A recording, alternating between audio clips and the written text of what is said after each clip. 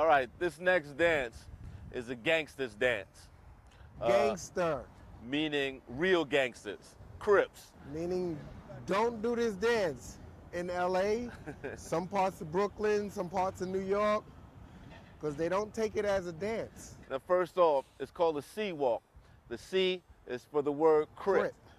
Crip. Crip is a gang started in the 70s in Los Angeles, opposite of the Bloods.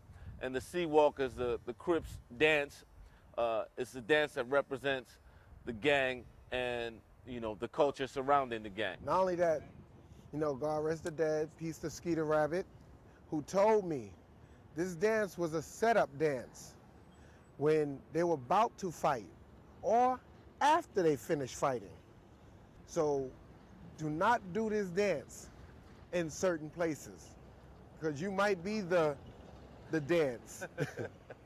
So I'm going to demonstrate in memory of Skeeter Rabbit the C walk.